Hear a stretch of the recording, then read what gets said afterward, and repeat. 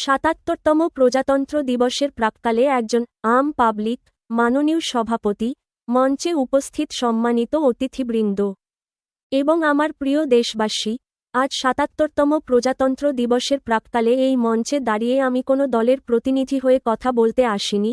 আমি এসেছি একজন সাধারণ ভারতীয়, একজন আম পাবলিক হিসেবে।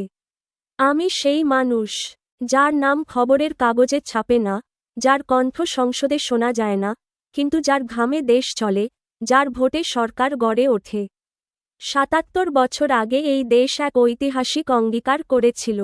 ২৬শে জানুয়ারি ১৯৫০ আমরা নিজেদের দিলাম একটি সংবিধান। সেই সংবিধান শুরু হয়েছিল ৩টি অমোঘ শব্দ দিয়ে, আমরা ভারতীয় জনগণ।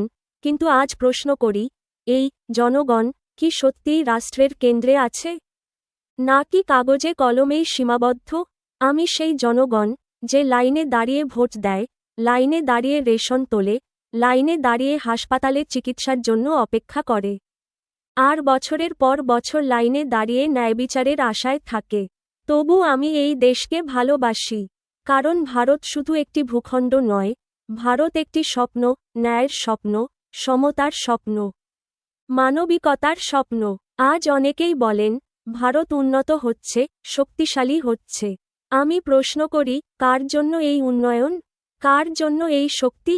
যদি কৃষক ফসলের দাম না পায়, যদি যুবক ডিগ্রি নিয়ে বেকার থাকে, যদি মা বোনেরা রাতে নিরাপদ না থাকে, যদি গরিব চিকিৎসার অভাবে মারা যায়, তাহলে সেই উন্নয়ন কাদের?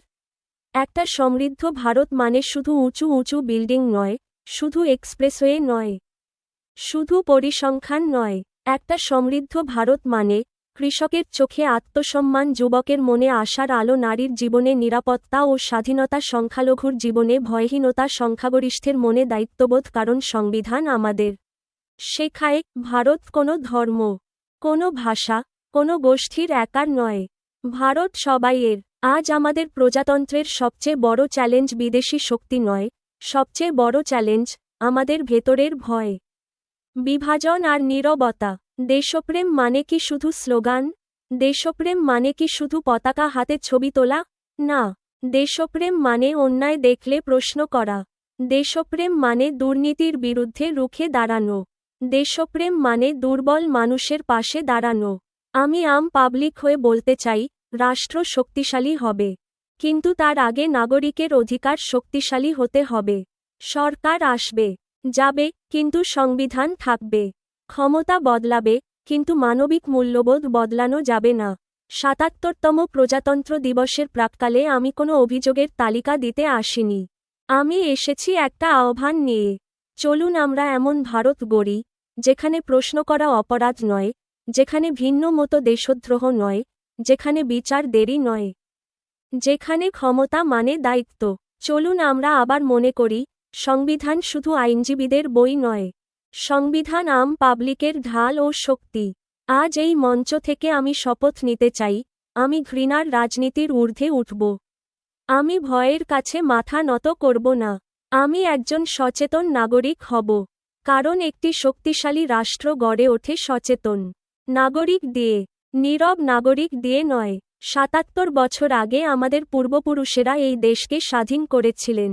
আজ আমাদের দায়িত্ব, এই দেশকে ন্যায়বান, মানবিক ও সংবিধানসম্মত করে তোলা। এই প্রজাতন্ত্র দিবসে আমরা শুধু পতাকা তুলব না, আমরা সত্য, ন্যায় আর মানবিকতাকেও উঁচুতে তুলব।